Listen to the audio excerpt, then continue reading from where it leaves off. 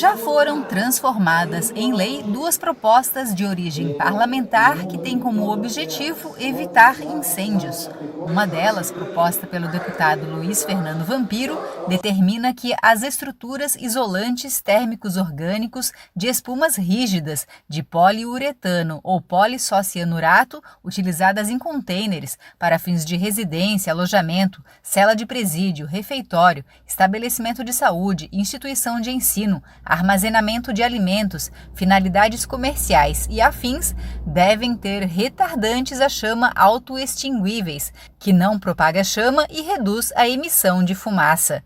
Na justificativa, o parlamentar lembra que o poliuretano é altamente inflamável, sendo uma das principais causas do aumento da proporção de incêndios. Já outra lei, proposta pelo deputado Felipe Estevão, determina que as pessoas físicas e jurídicas estabelecidas no estado de Santa Catarina e que operam com serviços de impermeabilização de bens móveis à base de solvente inflamável devem aplicar o produto apenas em sede própria da empresa, adequada para tal fim, incluindo sistemas especiais de ventilação e segurança contra incêndio, compatíveis com o risco da atividade.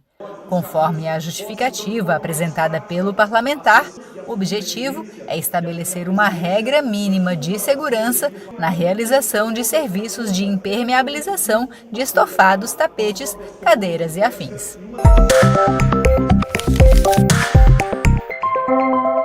E a gente abre esta edição mostrando que o número de incêndios em residências e prédios comerciais de Rio Preto já passa de 150 só neste ano, gente. Medidas simples de segurança podem evitar situações como essas.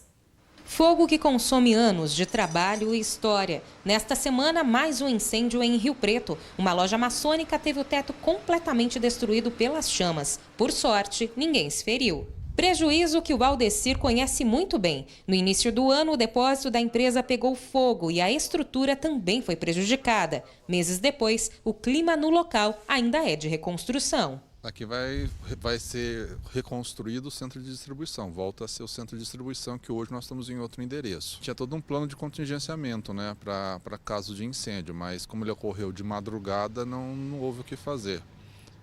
Quando nós fomos avisados, já estava ocorrendo o incêndio. Tá explodindo tudo aqui, gente, ó. Um ano marcado por incêndios de grandes proporções. Em fevereiro foi a vez dessa empresa de produtos agropecuários com mais de 32 anos na cidade acabar em cinzas. O fogo demorou horas para ser controlado.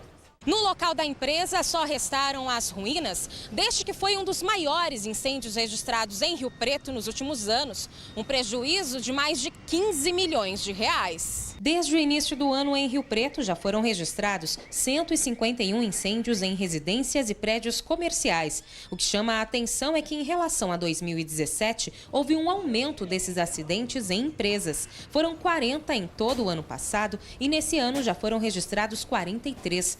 Segundo o capitão do Corpo de Bombeiros, a falta de manutenção no sistema elétrico pode ser considerado um dos grandes causadores de incêndio. Apesar da perícia não ser feita pela gente, sendo feita pela Polícia Técnico-Científica, na ocorrência verificamos aí, conversando com peritos também, é muito comum a causa de curto-circuito. Então, às vezes edificações antigas, o pessoal não faz a manutenção adequada, da rede elétrica, Às vezes tem forro de madeira, então tem um curto-circuito, forro de madeira, sem manutenção, e a questão de repente, aquele prédio, foram feitos vários, entre aspas, puxadinhos, então no início tinha poucos aparelhos, e depois aumenta assim, um ar-condicionado, 2, 3, e aquilo faz com que a rede esquente e haja curto-circuito, eventualmente até um próprio incêndio. Com a proximidade do feriado de finados, o capitão faz um outro alerta, desta vez com relação à utilização de velas. A gente orienta as pessoas a não acenderem velas no interior da residência ou de edificações,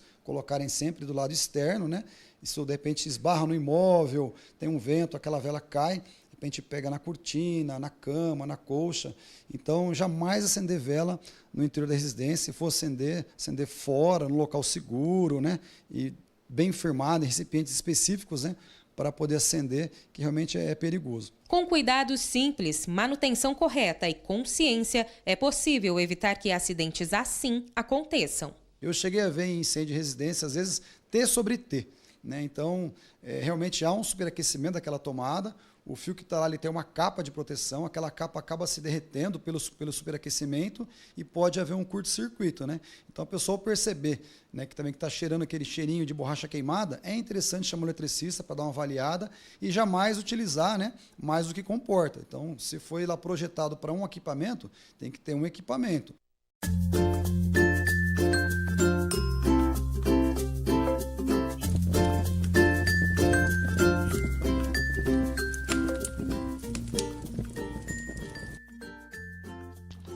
Neste primeiro vídeo, vamos falar sobre incêndios pequenos, que podem ser controlados por você mesmo, sem a ajuda de um bombeiro. Mas a dúvida que muita gente tem é a seguinte: como se apaga o início do incêndio? Fique ligado e aprenda como fazer para conter as chamas. Há diversas maneiras de se apagar um princípio de incêndio. Uma delas é utilizando o famoso extintor.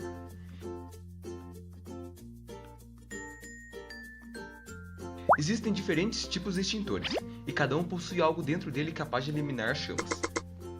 Talvez o extintor mais conhecido seja o de água, mas também existem outros, como o de espuma, de pó químico e gás carbônico, também conhecido como CO2. Antes de usar o extintor, você deve primeiro ler o seu rótulo, onde está escrito para qual situação e como ele deve ser utilizado, pois o uso de certo tipo de extintor dependerá do tipo de incêndio. O extintor de água não serve para combater todos os tipos de incêndios. Nunca o utilize em aparelhos ligados à tomada, pois a água conduz corrente elétrica e pode aumentar o fogo nessa situação. Para utilizar, você primeiro deve tirar o extintor do suporte, colocar no chão e retirar o lacre e o pino de segurança, para assim mirar na base das chamas e apagá-la. Quando for utilizar o extintor de gás carbônico, nunca segure pela ponta do cabo, pois esta parte pode congelar no momento do uso e assim causar queimaduras na sua mão. A maneira mais segura e correta é sempre segurar nesta parte do cabo, que se chama manopla. Alguns extintores têm um medidor de pressão que deve estar apontado para a cor verde. Se não estiver, é melhor não utilizá-lo. Atenção! Não esqueça que o extintor deve ser utilizado somente se as chamas estiverem no início. Caso contrário, saia o mais rápido possível do local e quando estiver em segurança, ligue para os bombeiros. Como sair de um local em chamas?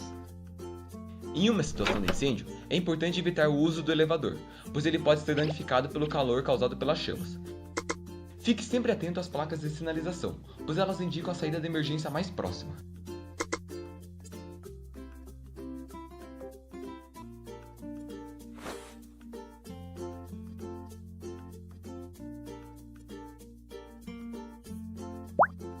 Em uma situação de incêndio que há muita fumaça no ar, fique de joelhos e comece a engatinhar até a saída de emergência mais próxima, para evitar ao máximo respirar fumaça.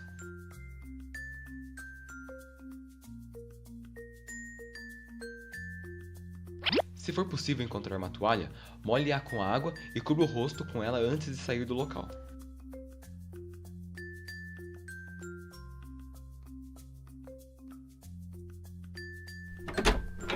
Se não conseguir apagar o fogo, feche as portas e janelas, para diminuir as chances das chamas e fumaça de atingirem outras partes do ambiente. Se puder, desligue a corrente elétrica e feche o gás, para evitar explosão ou aumento das chamas.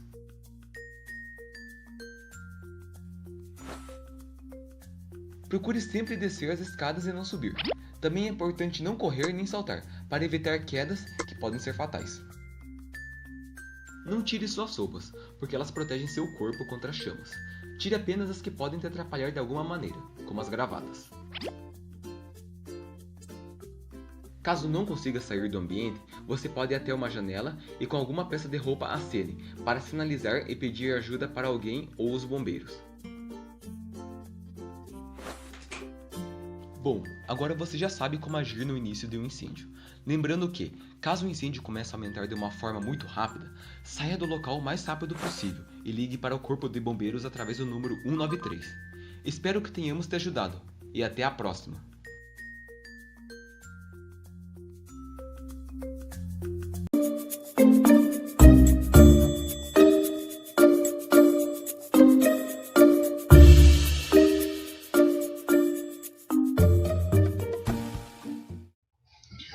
Hoje vamos falar sobre prevenção e combate a princípios de incêndio. Primeiramente, vamos começar com esse telefone que é muito importante, 193. Esse é o telefone do Corpo de Bombeiros. Deixe salvo na sua agenda em um local de fácil acesso. Em caso de emergência, não perca tempo. Cada segundo pode ser muito importante no combate a um incêndio. Nem sempre nós temos uma segunda chance. Portanto, vamos prestar bastante atenção naquilo que podemos fazer para evitar problemas em caso de um princípio de incêndio. O fogo mata.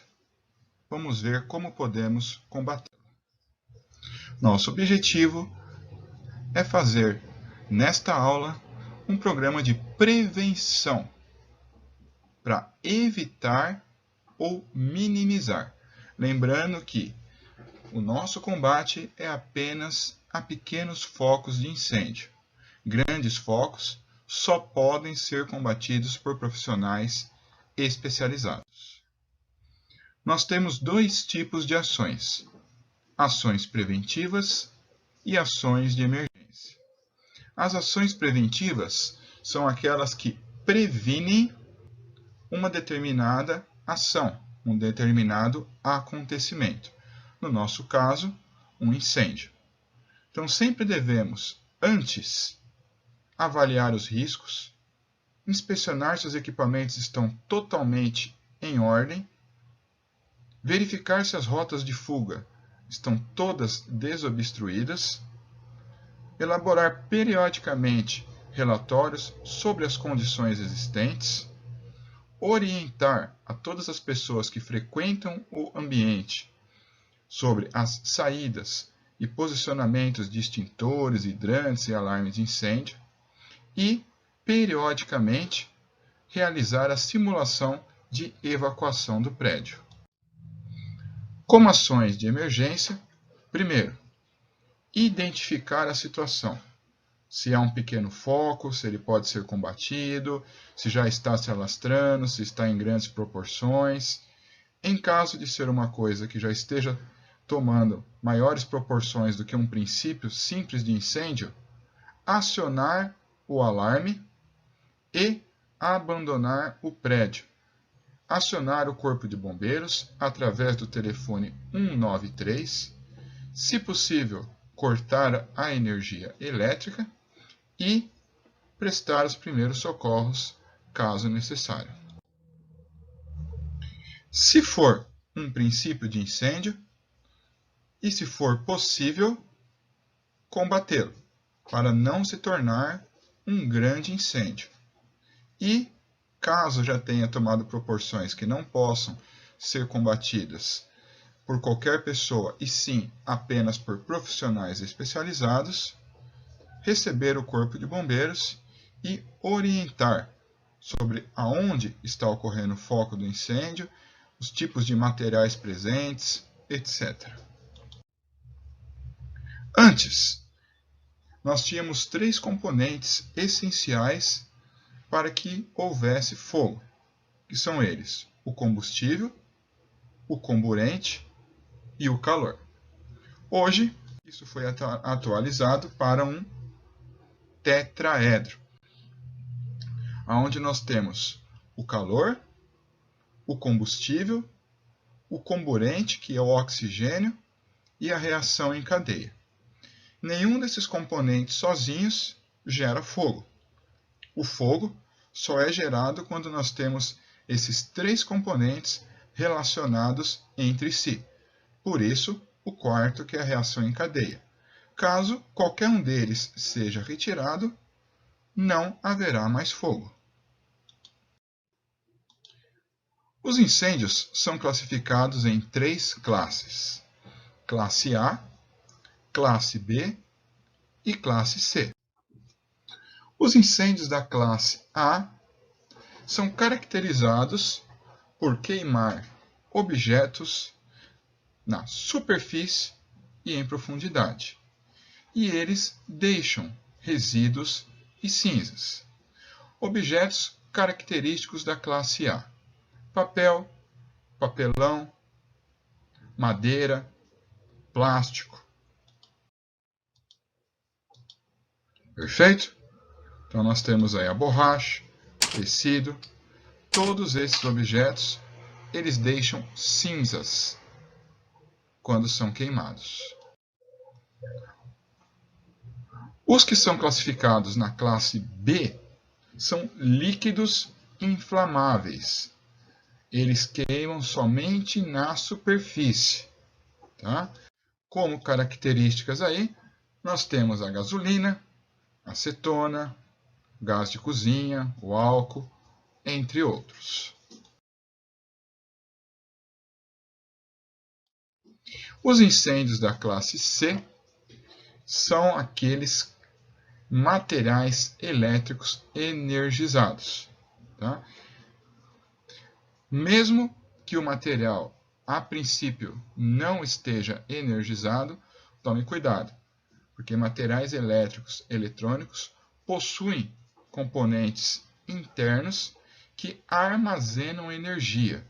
Então, mesmo que a energia daquele ambiente esteja cortada, esse material ele é classificado como material elétrico energizado, uma vez que nós não sabemos se internamente ele possui algum desses componentes que esteja carregado. Como o calor se transfere de um objeto para outro? Nós temos 3 tipos de transferência de calor: condução, convecção e radiação. Tá? Primeiro aqui nós temos a condução. A condução é quando o calor é transferido através de um corpo que esteja aí em contato direto com um outro corpo. Como nós podemos ver, nós temos o fogo que está aquecendo um tubo. Esse tubo está transferindo o calor que está passando pelo cabide e chegando até as roupas. Então, ele é uma transferência direta através do próprio corpo. Nós temos aí a convecção.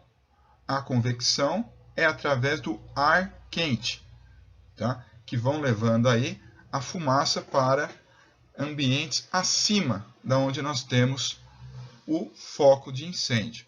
Tá? Então, esse próprio ar quente proveniente do fogo, ele vai aquecendo objetos que estejam acima dele, podendo também iniciar um outro foco de incêndio.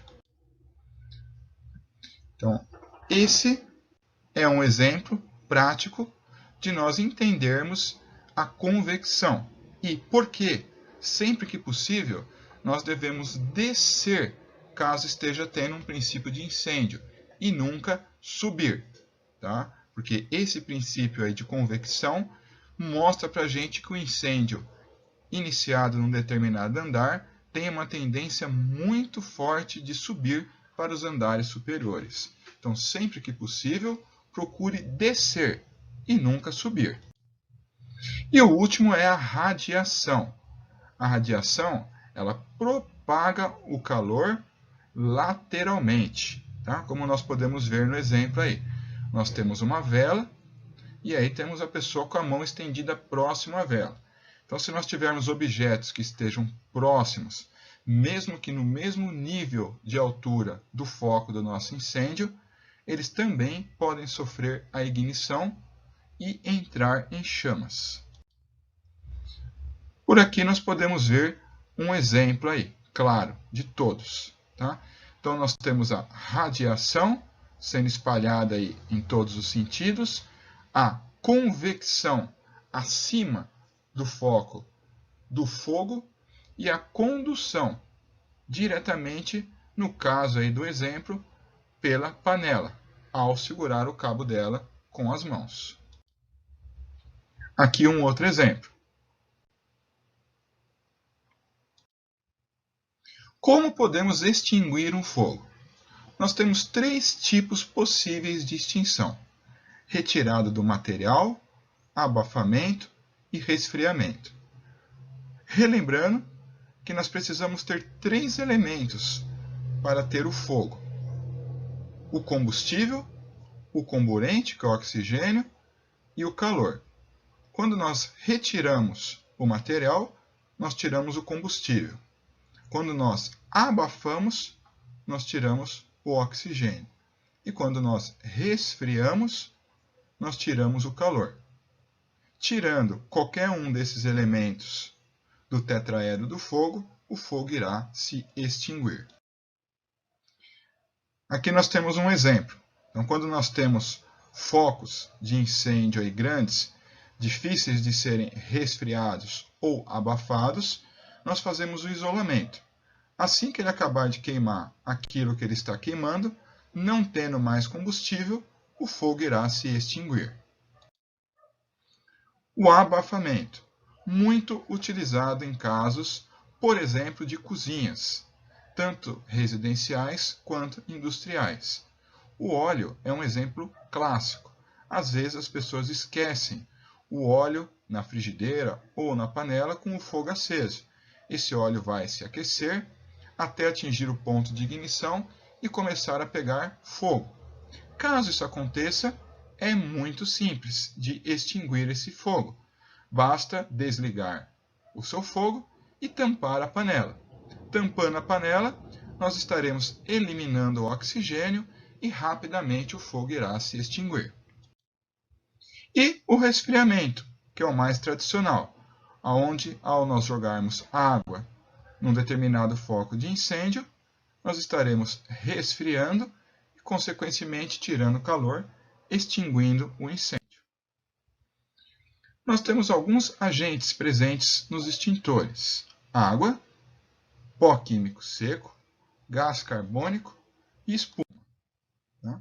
Como equipamento de combate a incêndio, nós temos os extintores e hidrantes como os principais.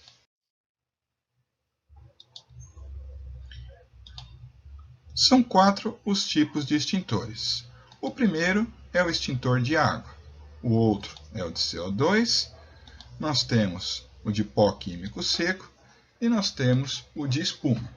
Cada um deles é aplicado em determinadas situações, dependendo a classe de incêndio presente no local.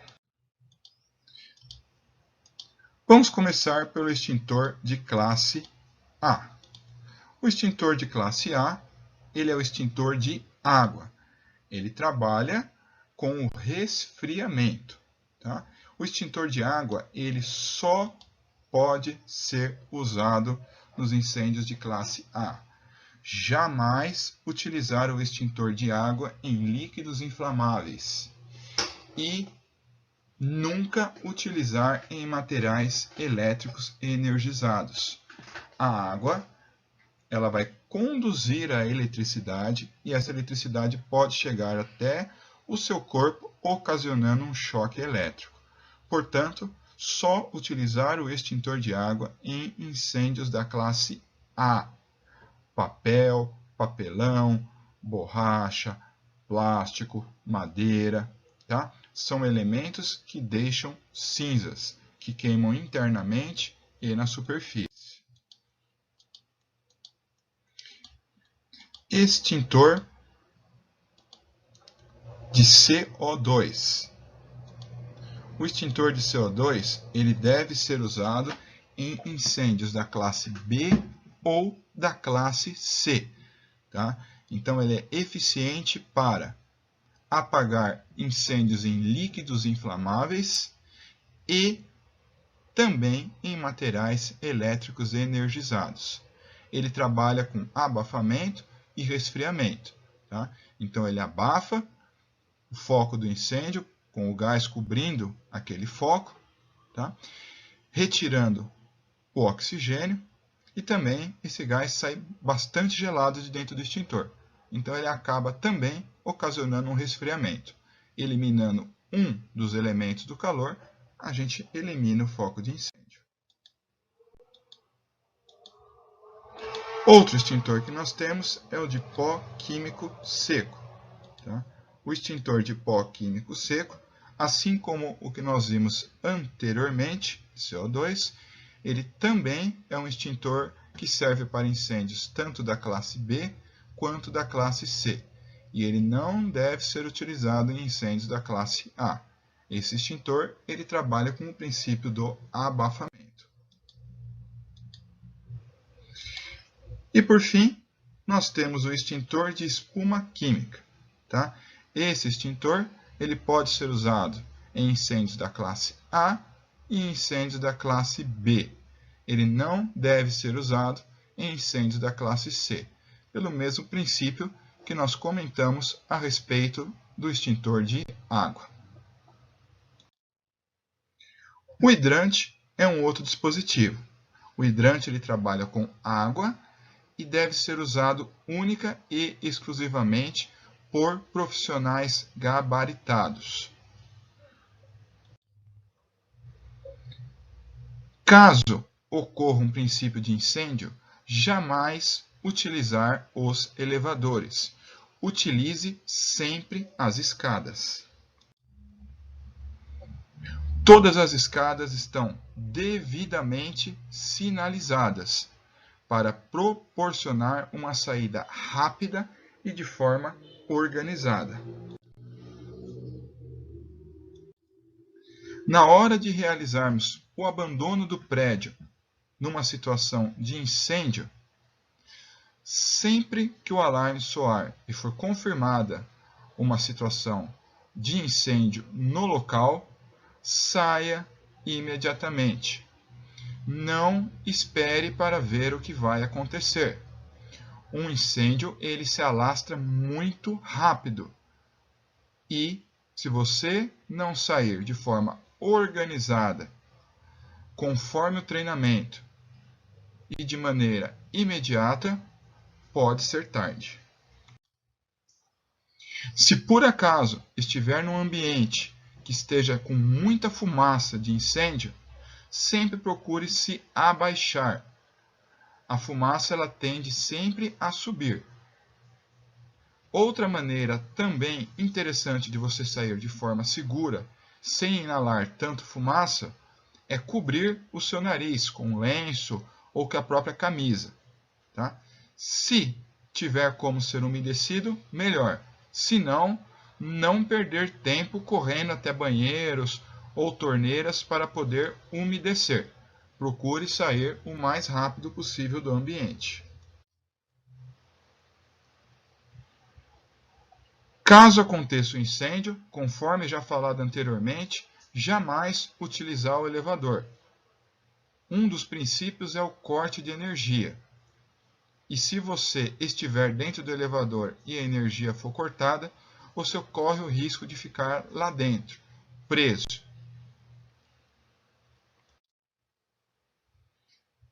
Conforme for saindo dos ambientes, vá fechando as portas. Um dos elementos que nós vimos aí é o oxigênio, que alimenta as chamas.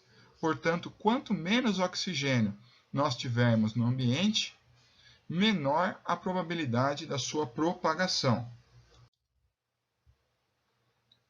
Se por acaso ficar preso dentro de um ambiente em chamas, primeiramente tentar manter a calma.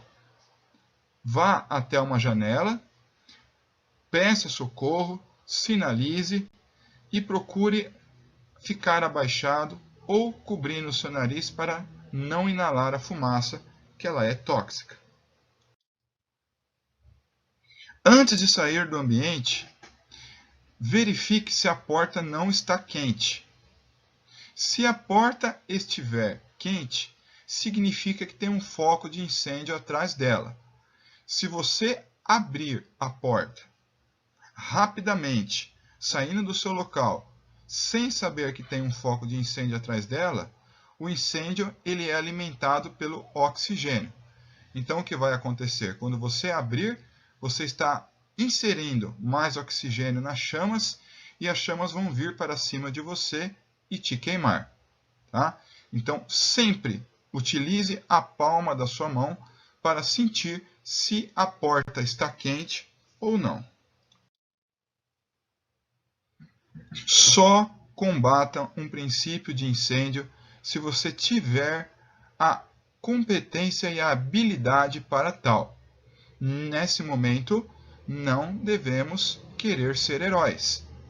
Tá? O importante é, se você tem conhecimento, combata o princípio de incêndio. Se você não tem, procure sair de forma organizada do ambiente. Jamais pular janelas de andares, não entrar em pânico. O corpo de bombeiros ele é muito eficiente e chega rapidamente ao local do incêndio. Portanto, procure manter a calma. Se você perceber que tem pessoas em pânico, procure acalmar essas pessoas e conduzi-las à rota de fuga, seguindo a sinalização presente. Não corra, não empurre pessoas, não grite. Isso só causa pânico e pode causar acidentes. Muitas pessoas acabam se machucando e até indo a óbito em casos de incêndio, não pelo incêndio propriamente dito, mas sim porque são pisoteadas por outras pessoas.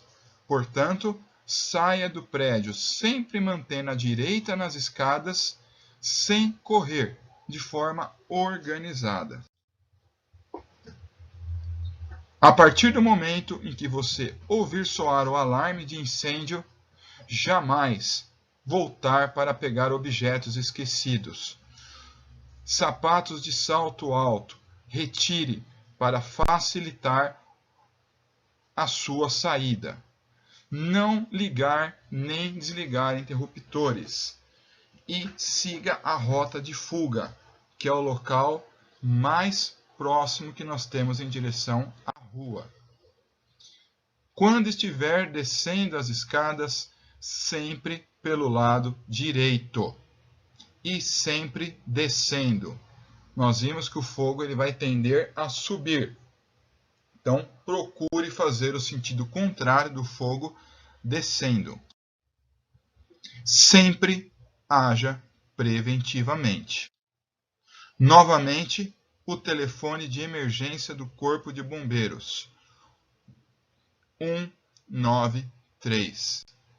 Em caso de incêndio, não hesite em chamar.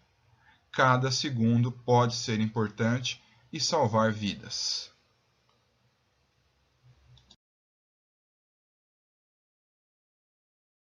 A ETEC está equipada com extintores devidamente sinalizados, identificados tanto pelas placas quanto por sinalização de solo. Tá? Por norma, todos os extintores devem ter uma área reservada de 1 metro quadrado, que é representada por esse quadrado vermelho e amarelo. Nós temos aqui um extintor de água. E como eu vou identificar que o extintor é de água? Primeiro, como já falamos pela placa.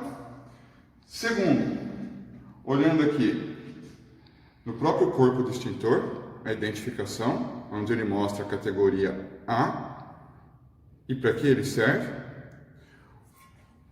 Outro detalhe é pela mangueira, tá? E também pelo som. Então depois nós vamos comparar com outro. Se você estiver num ambiente escuro, o som desse é diferente do som desse. Tá? Então, caso você esteja num ambiente sem luminosidade, onde você não consiga enxergar essas características do extintor, também você pode observar pelo som. Esse outro aqui é um extintor de CO2. Ele é classificado nas categorias B e C. Também tem a placa. O dispositivo de acionamento dele aqui é diferente. Tá? Ele tem uma manopla aqui e um difusor. Tá? E ele tem também a identificação no próprio corpo do extintor. Então ele é categoria B, líquidos inflamáveis, e categoria C, equipamentos elétricos energizados. Todos os extintores, obrigatoriamente, por norma, eles têm que estar com a trava e também com o lacre de segurança. Tá? E dentro da validade. Então todos os extintores, eles passam por uma manutenção anual, e essa manutenção garante o funcionamento dele, garante que o líquido está correto aqui dentro, na pressão certa, tá? Ou o gás, no caso do CO2, perfeito? Então tudo isso é muito importante nesse ambiente nosso aqui, que é a nossa ETEC, tá? A ETEC também é devidamente sinalizada com a sua rota de fuga. Então em todos os locais a gente vai se deparar com essas plaquinhas, indicando qual é o caminho mais próximo para nós sairmos do prédio. No caso de uma situação de incêndio, como já fizemos aqui, né, nós temos que procurar sair com calma, sempre descendo as escadas pelo lado direito, tá? Então isso é padrão, porque se precisar entrar algum socorrista, algum brigadista ou algum bombeiro mesmo para combater esse incêndio, ele por padrão também vai subir do lado direito, para que não haja um choque entre quem está descendo e quem está subindo, tá? Então essas placas aqui, elas também brilham no escuro. Então, no caso aí, né, da gente estar em um ambiente desenergizado por conta do incêndio, a gente consegue visualizá-las também. Além disso, nós possuímos também as luminárias de emergência. E no caso de uma desenergização do ambiente, uma queda de energia, elas automaticamente se acenderão. Elas estão aí posicionadas de forma a iluminar o caminho, sempre indicando o caminho da rota de fuga. Possuímos também os alarmes de incêndio devidamente posicionados. Tá? Nós vamos mostrar para vocês a forma de acionar e, quando acionar, o procedimento que deve ser realizado para a evacuação do prédio. Possuímos também os hidrantes, tá? Todos devidamente identificados, como nós falamos há pouco dos extintores, placas de sinalização e também um metro quadrado reservado no solo. Lembrando que esse equipamento aqui, ele só deve ser usado por profissionais devidamente treinados. Tá? Não é em todos os tipos de incêndio, como nós já vimos que pode ser utilizada a água, e a pressão que a gente tem aqui é muito forte. Então, caso uma pessoa não treinada for querer utilizar esse equipamento aqui, pode correr o risco de se machucar. Tá? Temos também todos os quadros de energia devidamente identificados, para assim impedir o choque elétrico. Tá? Todos estão fechados, a chave fica com a segurança na portaria e tem a identificação para que ninguém não habilitado tenha acesso a esses quadros. Tá? Podemos observar também aqui as escadas, seguindo a norma, corrimão e corrimão lateral. E como ela tem um vão aqui muito grande, temos também o corrimão central. E se olharmos lá, nós temos também a identificação da saída para a nossa rota de fuga, de forma que as pessoas desçam e vão seguindo até o caminho mais próximo à rua. Aqui no pátio fica localizado o ponto de encontro dos brigadistas. É aqui que toda a equipe treinada da ETEC vai se encontrar e realizar os procedimentos já treinados anteriormente, indicando a saída para todos os funcionários e alunos e subindo para ver se alguém ficou para trás aí por algum motivo. No caso de uma situação de emergência, o acionamento do alarme de incêndio é muito simples, tá? Basta você se dirigir até um dos pontos aí colocados na escola, empurra e abaixa. Automaticamente ele dispara em todos os pontos, sinalizando que nós temos uma situação de emergência. Caso isso ocorra, dirija-se à rota de fuga, seguindo a indicação nas paredes. No caso de uma situação de emergência, a nossa rota de fuga é o caminho mais próximo da rua, que é localizado aqui nesse portão. Os seguranças já estão devidamente treinados para, caso estoure o alarme, imediatamente abrir o portão, liberando todo o fluxo em direção à rua.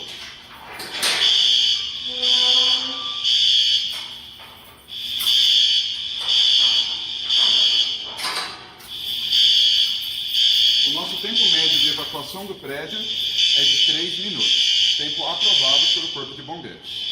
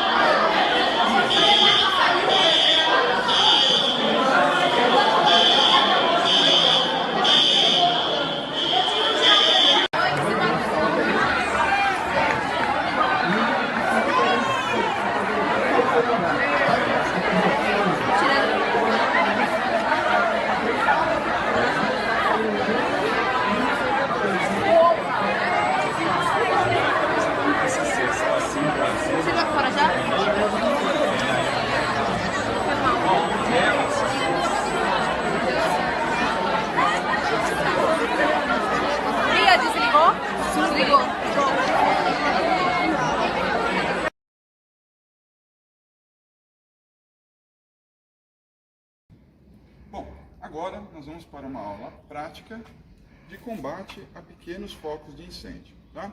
Lembrando que nós temos os brigadistas treinados para combater esses pequenos focos e que focos maiores devem ser combatidos apenas pelos profissionais especializados do Corpo de Bombeiros.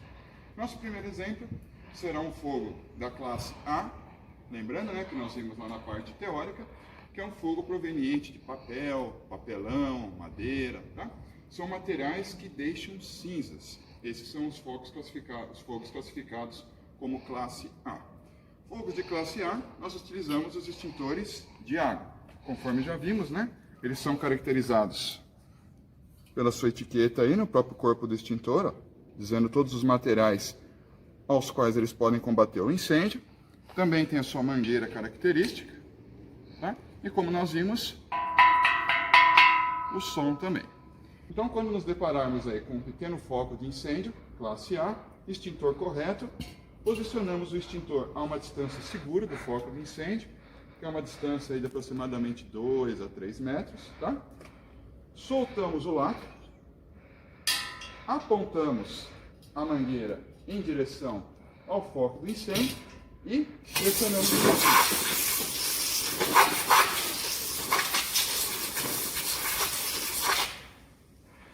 Podemos ver que rapidamente o incêndio é finalizado. Pelo tetraedro do fogo, nós precisamos de 4 componentes para que a gente tenha um incêndio. Lembrando, o calor, o oxigênio, o combustível e uma reação em cadeia. Tá? Quando nós jogamos água, nós estamos eliminando um dos componentes, que é o calor. Assim sendo, o fogo é imediatamente extinto. Tá? Então, relembrando, posiciona, aponta a mangueira, aperta o gatilho. Como podemos observar, a característica do incêndio de classe A é aquele que deixa os restos para a gente. Como nós podemos ver as cinzas aqui no chão, né? Então, todos os incêndios de classe A, eles têm essa característica. No caso de um equipamento elétrico energizado, comum em nossas residências e na escola, como um micro-ondas, o tipo correto de extintor a utilizarmos é esse extintor CO2. Ele serve para líquidos inflamáveis e equipamentos elétricos. Tá? Conforme nós vimos na parte teórica, ele é constituído por essa manopla e pelo difusor. Tá? Além do som característico dele, diferente do que nós vimos anteriormente na água. Quando nós formos fazer um combate desse tipo aqui num equipamento elétrico, sempre procurem segurar na manopla. Nunca segurem no difusor. Tá? Isso aqui vai ser uma temperatura baixíssima. Se você encostar aqui, você vai queimar a sua mão e sua mão pode ficar grudada aqui. Nós vamos poder observar que essa parte aqui ela vai ficar totalmente congelada após nós acionarmos o extintor para combater o incêndio. Se posiciona a uma distância segura, de 2 a 3 metros do foco do nosso incêndio, no caso esse micro-ondas, aponta o difusor para o foco do incêndio e aperta o gatilho. Automaticamente o fogo ele é extinto. Tá? Então é muito simples, ó. Apertou.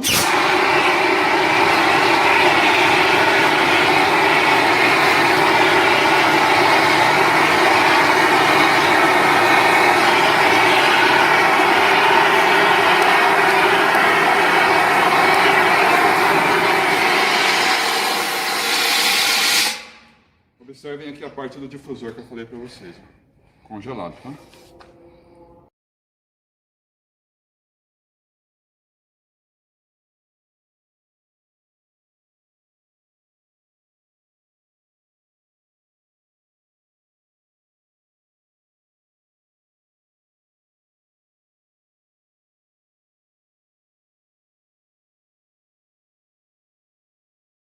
Por isso, nós não podemos ficar com a mão no difusor durante a utilização do extintor, sob o risco de queimaduras, tá? Sempre segurar na manopla, nunca no difusor.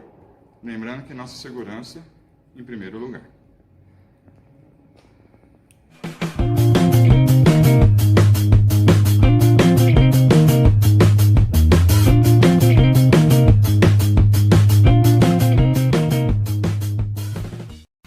Hoje é comemorado o Dia do Bombeiro. Em Araçatuba, os profissionais estão aproveitando a semana para divulgar as mudanças no AVCB, que é um documento oficial que indica se o local possui condições de segurança contra incêndios. Apesar da lei estar em vigor, ainda há muitas dúvidas. Agora, além do trabalho de fiscalização, os bombeiros também podem multar. Em 2 de julho de 1856, foi assinado o decreto que criou o Corpo de Bombeiros no Brasil. Suas características eram bem diferentes das que a corporação possui hoje. Por isso, a data é mais do que uma referência. É uma homenagem à categoria. Sentido? Fora de forma! Bombeiros! Fora! Com papel imprescindível na segurança da sociedade, esses homens e mulheres atuam em resgates, desastres naturais, no controle e prevenção de incêndios e preservação dos patrimônios ameaçados de destruições e inúmeras outras atividades. Bombeiro é um profissional reconhecido e respeitado por sua missão. Todos os dias nós nos preparamos, treinamos, trabalhamos nosso psicológico também, não só o físico. Então isso de chegar aqui e não saber se vai voltar para casa é algo que não passa pela nossa cabeça no momento. Nosso momento a gente passa em ir, resolver, voltar com o melhor. O comprometimento em melhorias sempre foi um aspecto que pesa na imagem da instituição. Em abril, os bombeiros ganharam mais poder para fiscalizar e interditar prédios irregulares, sem o auto de vistoria do Corpo de Bombeiros, o AVCB, que é o documento oficial que indica que o local possui condições de segurança. O documento vale por 3 anos e, sem ele, tanto empresas quanto condomínios correm o risco de diversas consequências. As edificações que têm o AVCB são edificações onde a gente garante a segurança do ocupante e também garante, num caso de necessidade da atuação do Corpo de Bombeiros, que os sistemas possam estar funcionando. Então, por exemplo, um hidrante que a gente possa estar utilizando, não só a brigada de incêndio ou as pessoas que estão no local que possam combater um princípio de sinistro, mas o bombeiro, quando ele chega no local, ele também vai fazer a utilização desses sistemas que estão aprovados junto à nossa corporação. Este ano, em Araçatuba, 2 grandes incêndios foram registrados.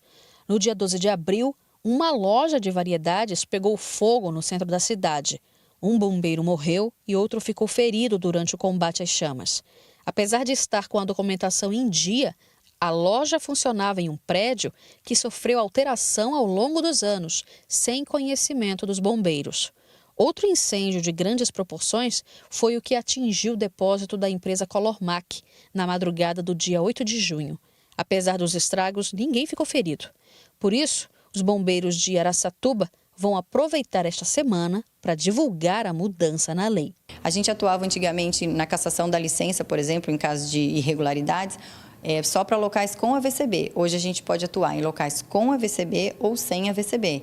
Então a gente pode, recebido uma determinação do Ministério Público ou a própria solicitação do proprietário ou então uma denúncia fundamentada de alguma edificação, a gente pode ir até o local, fiscalizar e fazer a notificação, inclusive multar em casos mais graves, né, onde coloca em risco as pessoas ocupantes ou a própria edificação esteja em risco, a gente pode fazer a interdição temporária. As imagens mostram o carro pegando fogo no pátio de uma oficina mecânica em Goiânia.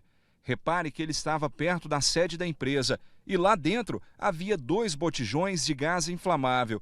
As imagens foram fundamentais para que os bombeiros fizessem uma estratégia para controlar as chamas.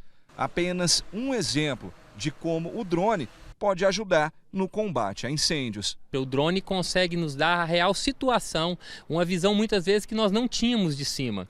No incêndio de vegetação, mapear toda a área, saber onde é que o incêndio veio, para onde ele está indo. A partir de agora, o drone faz parte dos instrumentos oficiais usados no trabalho do Corpo de Bombeiros.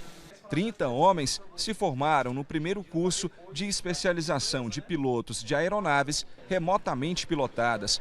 23 são bombeiros goianos, os outros são bombeiros de outros estados e fiscais do meio ambiente. Uma novidade é que o drone, a partir de agora, vai poder ser usado diretamente no resgate de vítimas de afogamento. Aqui a gente tem uma boia, né, um mecanismo... Life belt. É feito justamente para a pessoa se segurar e não afundar. Exatamente, é um flutuador que enquanto o bombeiro está indo em direção à pessoa, então indo realizar o resgate, o nosso drone, vulgo drone, né, o nome mais correto usado é RPA, né, aeronave remotamente pilotada. Ele pode levar esse flutuador até a vítima para que ela tenha ali uma sobrevida, uma chance maior para que não venha a afundar antes que o guarda-vida venha a fazer o resgate. E o curioso é que esse mecanismo foi feito pelos bombeiros daqui do estado. Tem um imã que ele se conecta aqui no drone, facilita muito, né, para a vítima puxar. Exatamente, esse imã aqui foi pensado realmente a nossa realidade no caso dos rios, porque se soltar a boia e a boia vir a cair longe da vítima, a vítima não consegue alcançar. E esse aqui a vítima agarra a boia e só assim ela se desprende do RPA. Vamos fazer uma simulação então para mostrar como é que funciona isso na prática? Bora, vamos fazer. O drone levanta voo carregando o equipamento de resgate. À distância, o piloto consegue levar o flutuador até a pessoa que está se afogando.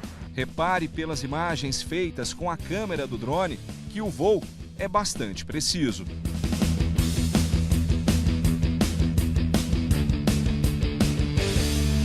Tudo o que for possível dentro dessa nova ferramenta, dentro desse novo cenário, nós vamos utilizar. Nós já estamos adquirindo um drone mais potente justamente para poder ampliar os serviços realizados por essa ferramenta.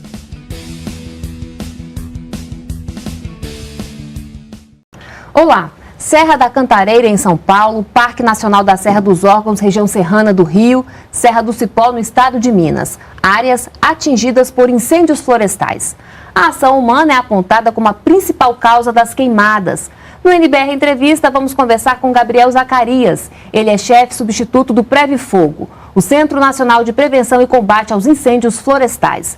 Olá, Gabriel. Muito obrigada pela sua presença aqui no NBR Entrevista. Olá, Carla. É sempre um prazer estar aqui nesse programa. Bom, Gabriel, o que causa as queimadas, né? É realmente a ação do homem? Sim. No Brasil, a gente pode dizer que 95% dos incêndios florestais são causados pelo ser humano. Agora, é acidental ou é de propósito? O que vocês vêm observando? Você tem as várias possibilidades. Existem as pessoas que causam o fogo de maneira proposital. Existe a maioria das vezes acidentes. É a pessoa que usa o fogo na sua propriedade, perde o controle, ou às vezes faz uma fogueira e perde o controle, não apaga direito, às vezes na beira da estrada também. E essa questão da estiagem, esse clima seco também favorece? Sim, com certeza. Esse clima seco faz com que a vegetação fique mais seca, inicia o fogo mais rápido e ele anda mais rápido, portanto, muito mais difícil de controlar. E essas queimadas feitas pelos agricultores, elas também representam um risco? Sim, na verdade todo tipo de queimada representa um risco, seja aquela queimada de fundo de quintal, só aquele lixo, seja uma grande queimada numa propriedade rural onde você quer produzir, qualquer uma dessas queimadas, se não for feita com a devida segurança, representa um risco para a vegetação e para a população que mora próximo.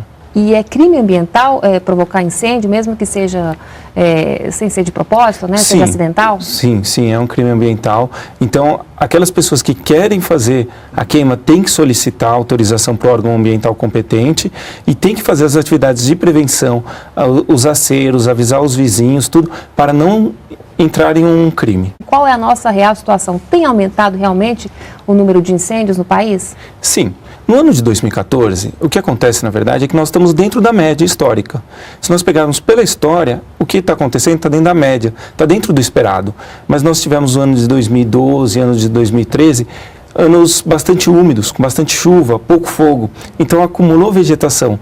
Então, quando a gente começa com incêndio no ano de 2014, tem essa impressão de que teve muito mais fogo do que nos outros anos. O que está acontecendo, a gente está mantendo a média, mas em relação aos anos passados, de 2013 e 2012, nessa situação aí sim, houve um aumento, porque foram 2 anos bastante úmidos. Bom, então, de uma certa forma, esse resultado já era esperado? Sim, está dentro do previsto, a gente se preparou e se organizou para isso, para trabalhar com esse cenário que nós temos hoje em dia. Que tipo de cuidado é preciso ter nessa época do ano? O ideal, pensando em quem usa o fogo como ferramenta de produção, então para queimar resto de cultura, para queimar a vegetação que tem ali para produzir, o ideal é não queimar. É procurar alternativas, procurar produzir sem queimar, com formas orgânicas. Esse é o inicial. para aquelas pessoas que não usam o fogo como forma de produção, mas só para queimar o resto um resto de lixo, alguma coisa assim, fazer numa área protegida, evitar, na verdade, o que a gente sempre prega é evite queimar. Utilize outras ferramentas, utilize outras técnicas para, ao invés de queimar e jogar fora todo esse material orgânico, incorporar ele ao solo e transformar em adubo, por exemplo. Se a gente olhar o Brasil como um todo, quais são os estados que mais preocupam? Nessa época do ano, o que mais preocupa a gente é a região central do país, o centro-oeste, a borda da região amazônica e o nordeste, que é a época do ano que essa região está mais seca, coincidindo com o cerrado. Temos também na floresta amazônica, principalmente na parte de transição, temos também problema de incêndios na Mata Atlântica. Mas o cerrado hoje é a parte que mais nos preocupa. Então, dentre os biomas, o cerrado é o que é o mais prejudicado? O cerrado, ele tem uma característica que ele é adaptado ao fogo. Então, quando a gente tem o fogo no cerrado, causa um dano muito grande, ele se alastra muito, mas ele tem um período de recuperação. 4, 5 anos, 20 anos, depende da região. Agora, florestas como a Mata Atlântica e a floresta amazônica, que não estão acostumadas ao fogo, a recuperação pode demorar 100, 200 anos ou nunca acontecer. Então, o cerrado está mais acostumado, mas não nesse ritmo que a gente implica hoje em dia de todo ano queimar. E, ao mesmo tempo, Mata Atlântica e Floresta Amazônica são dois biomas que não estão acostumados com fogo. Então, o fogo lá é bastante destrutivo. Não é só a flora, a fauna também fica prejudicada, né? Os animais silvestres, por exemplo. Com certeza. Quando você retira a vegetação, você está tirando alimentos, você está tirando proteção, você está tirando os ninhos desses animais. Então, ao tirar uma parte do bioma, todo o resto está sendo ameaçado. Agora, Gabriel, eu queria que você explicasse qual é a relação entre queimadas e poluição atmosférica. Há relação? Sim, existe uma relação muito forte. Quando a gente implica num desmatamento e numa queimada no Brasil, a gente está falando de aproximadamente 75% das emissões de gases causadores do efeito estufa. Então, hoje no Brasil, é muito importante você fazer essa proteção. Você evitar o desmatamento e evitar a queimada para evitar lançar na atmosfera os gases causadores do efeito estufa, principalmente o gás carbônico, o monóxido de carbono, gases resultantes da queima. Bom, e como é que vocês fazem esse monitoramento? Como é que é o trabalho de vocês? O Brasil hoje faz o monitoramento através dos focos de calor detectados via satélite. Esses focos de calor, hoje a gente já chama inclusive de focos de incêndio, porque está com uma precisão muito grande. Então, quando você olha no site do INPE, você procura pelo satélite de referência, identifica um foco de calor, quase que certeza, ali, mais de 90% de certeza que é um incêndio florestal. Então, essa é uma das maneiras que a gente faz o monitoramento.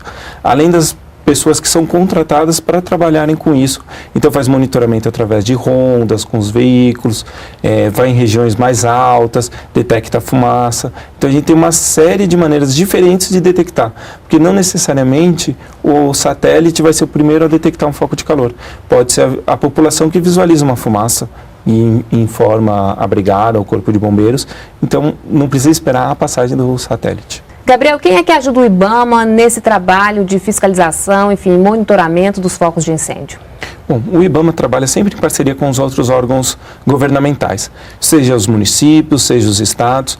A gente pode citar, por exemplo, no governo federal, o trabalho que nós fazemos em parceria com o ICMBio, ajudando a proteção das unidades de conservação, a FUNAI, ajudando a proteção das terras indígenas, e o INCRA, ajudando a proteção das áreas de remanescente dentro dos assentamentos, além das áreas de quilombolas, áreas suscetíveis áreas com população muito suscetível a incêndios florestais.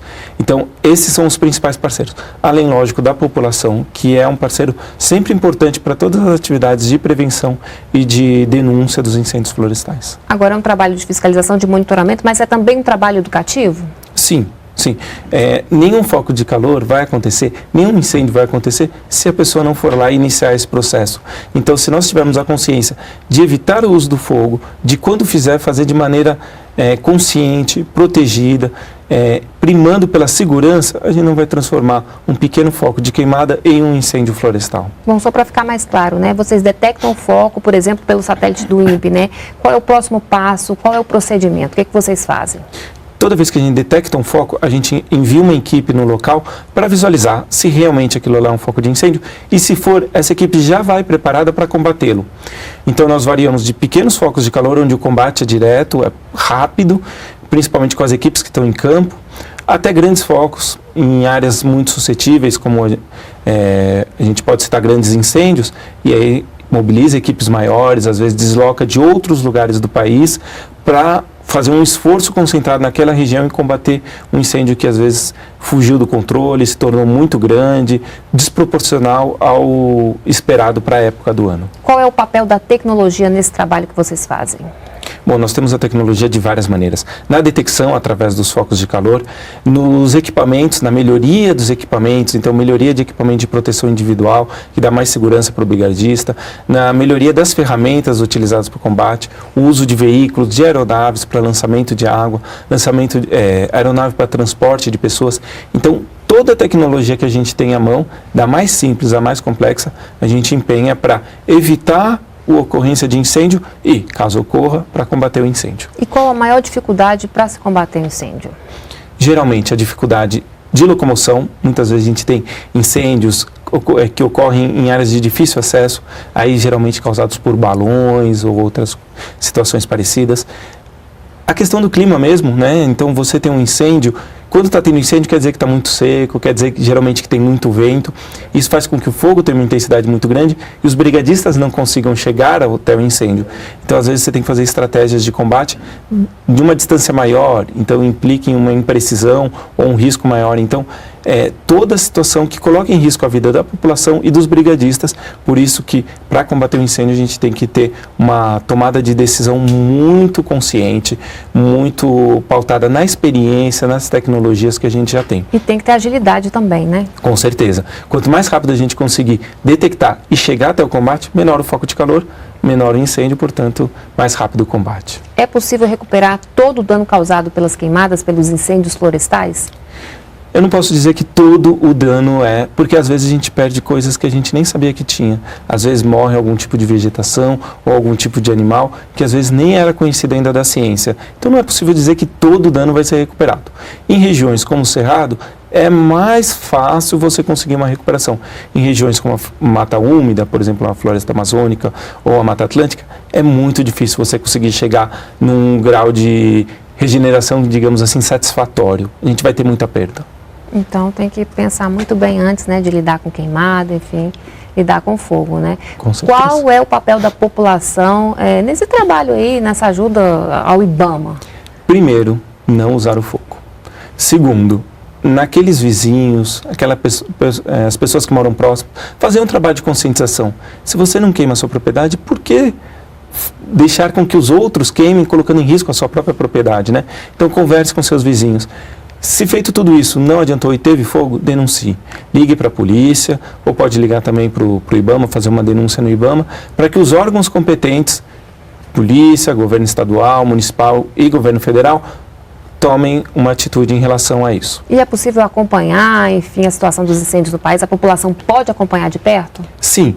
No site do INPE você consegue fazer o acompanhamento diário dos focos de calor. No site do Preve Fogo nós temos um link para o site chamado CIMAM Virtual. Nesse site a gente apresenta como é que está a situação dos combates no dia.